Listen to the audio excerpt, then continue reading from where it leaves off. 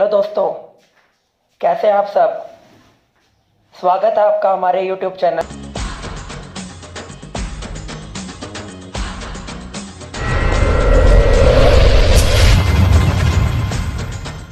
Debit and credit है क्या। Generally debit and credit इन दोनों का कोई मीनिंग ही नहीं बनता, has no meaning at all. Debit और क्रेडिट दोनों वर्ड्स का कोई भी स्पेसिफिक मीनिंग अकाउंटेंसी में रिप्रेजेंट नहीं किया गया है। तो सर आप बार बार हर एक जर्नलाइज करते टाइम, हर एक अकाउंट को मेंटेन करते टाइम लेफ्ट हैंड साइड और राइट हैंड साइड में डेबिट और क्रेडिट वर्ड यूज ही क्यों करते हो जब इनका कोई मीनिंग नहीं है। ये बात बिल्कुल राइट है बेटा आपकी कि डेबिट और credit has not meaning at all, but these are mere symbols. These are mere symbols which represent T-shaped account.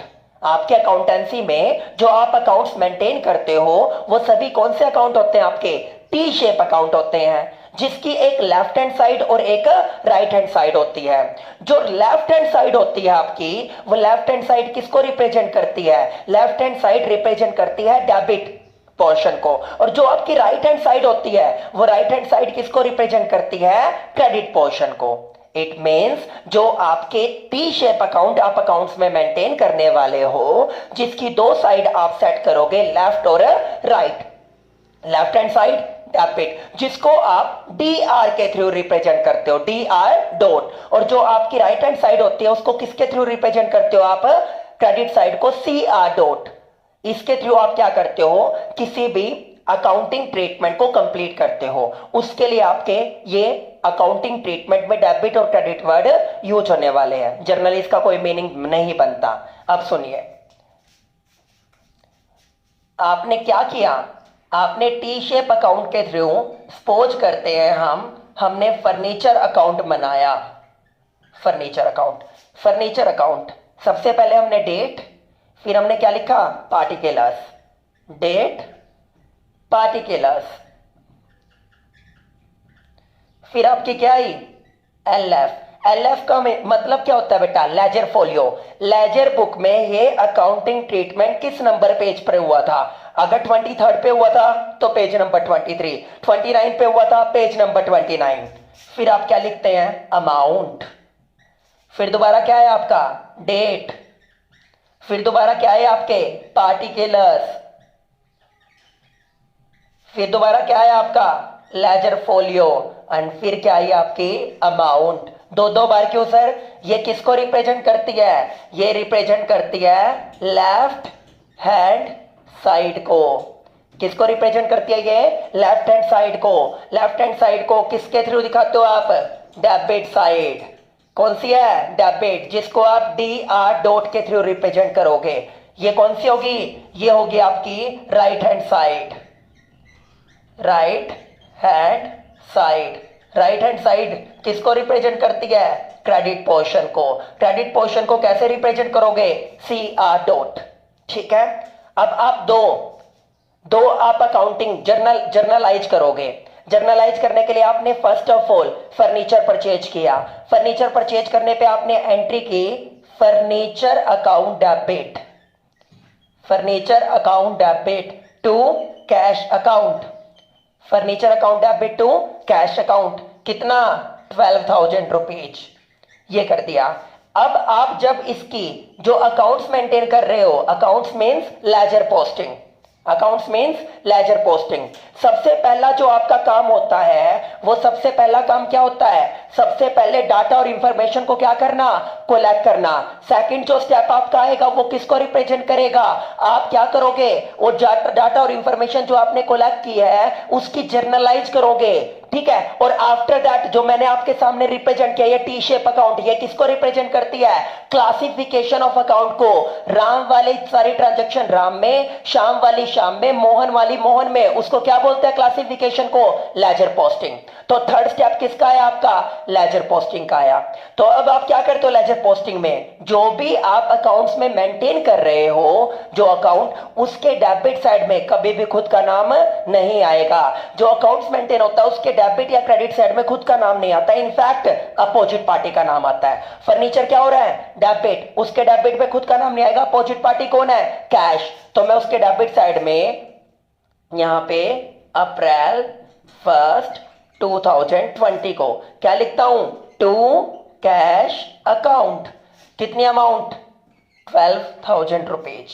अब 6 और 7 मंथ्स के बाद आपका ये फर्नीचर क्या हो गया, कोइंसिडेंटली डैमेज। अब आप इसे सेल करने जा रहे हो, तो आप क्या एंट्री करोगे, cash account debit to furniture account, cash account debit to furniture account. आपको कितने मिल गए, 7,000। किसके ऊपर बेच जाएंगे, एसेट्स। एसेट्स हमेशा रिलेटेड होते हैं रियल अकाउंट के ऊपर, और रियल अकाउंट का क्या रूल बताया था, golden rule, debit what comes in, credit what goes out. क्या रहा है, कैश, क्या जा रहा है, एसेट्स। तो कैश को डेबिट कर दो और आपके फर्नीचर को क्रेडिट कर दो। कौन सा अकाउंट मेंटेन किया जा रहा है, फर्नीचर अकाउंट। फर्नीचर क्या हो रहा है, क्रेडिट, तो उसके क्रेडिट साइड में क्या लिख दोगे, लगा लो सितंबर 30 को मैंने लिखा बाय कैश, कितना, 7,000। तो कितना आ गया यहाँ पे, 7,000। इस तरह आप क्या करते हो, डेबिट वाले जो आपके आइटम्स होते हैं उनको डेबिट में, क्रेडिट वालों को क्रेडिट में। ये आपके डेबिट और क्रेडिट क्या होते हैं, जनरली यूज होते हैं। अब थोड़ा और आपको बिल्कुल इजीएस्ट वे में आपको समझाता हूं इसका मतलब, देखिए।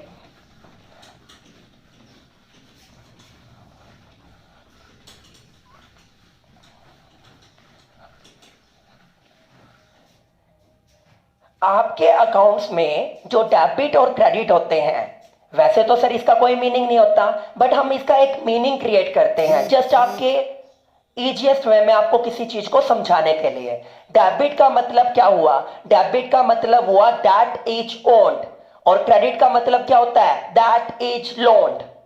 दैट इज ओन, जो आपका हिंदी में अगर हम इसको एक्सप्लेन करें, जो व्यवसाय का पार्ट है उसे आप क्या कर दोगे, डेबिट, और जो व्यवसाय का पार्ट नहीं है उसे आप क्या कर दोगे, क्रेडिट। इट मीन्स जिन जिन एसेट्स के ऊपर, जिन जिन प्रॉपर्टीज के ऊपर आपके बिजनेस का पोजेशन राइट होता है उसे आप क्या कर देते हो, डेबिट। इट मीन्स इसके ऊपर हमारा क्या है, अधिकार। और जिनके ऊपर व्यवसाय का अधिकार नहीं होता, किसी थर्ड पार्टी का अधिकार होता है, उसे आप क्या कर देते हो, क्रेडिट कर देते हो।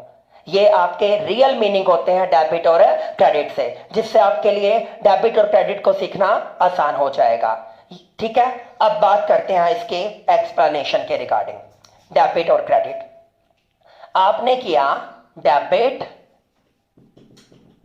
That is owned and credit that is लोन्ड। आपने क्या कर दिया, ओन और लोन। जो व्यवसाय का पार्ट है उसे क्या कर दिया, डेबिट,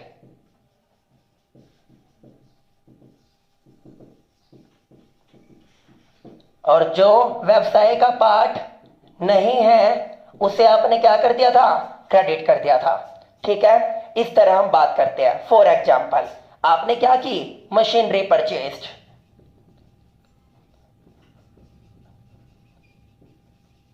₹20,000। आपने 20,000 रुपए की मशीनरी खरीदी। मशीनरी किस में आएगी, बिजनेस में, तो किसका पार्ट बन जाएगी, बिजनेस का पार्ट बन जाएगी। तो जो व्यवसाय का पार्ट है उसे आपने क्या किया था, डेबिट किया था। तो मशीनरी को क्या कर दिया मैंने यहाँ पे, डेबिट कर दिया, मशीनरी अकाउंट डेबिट।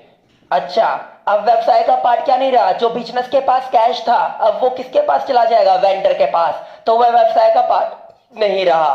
तो आप कैश को या बैंक को क्या कर दोगे, क्रेडिट कर दोगे। और अगर ऑन क्रेडिट परचेज किया तो उस वेंडर फर्म का नाम। तो machinery account debit to cash और बैंक, ये आपने अकाउंटिंग ट्रीटमेंट कर दिया इसका। क्लियर है। अब बात करते हैं आप, ये बात थी इसकी। बाय चांस आप गुड्स परचेज कर रहे हैं, गुड्स परचेज्ड फॉर ₹10,000। गुड्स और एसेट्स में ये डिफरेंस होता है, एसेट्स को जनरली आप लॉन्ग टर्म यूजिंग पर्पज के लिए परचेज करते हैं और उसको एक टाइम पीरियड के बाद आप लॉन्ग टर्म तक यूज करके जब वो डेप्रिशिएट हो जाती है फिर सेल आउट करते हो उसके स्क्रैप को। जो आपकी गुड्स होती हैं, गुड्स की फीचर होती हैं रीसेल पर्पज की। किसकी? रीसेल पर्पज की। किसी एक पार्टी से खरीद के किसी अनदर पार्टी को बेचना, अपने पास लॉन्ग टर्म यूजिंग पर्पज के लिए नहीं रखना।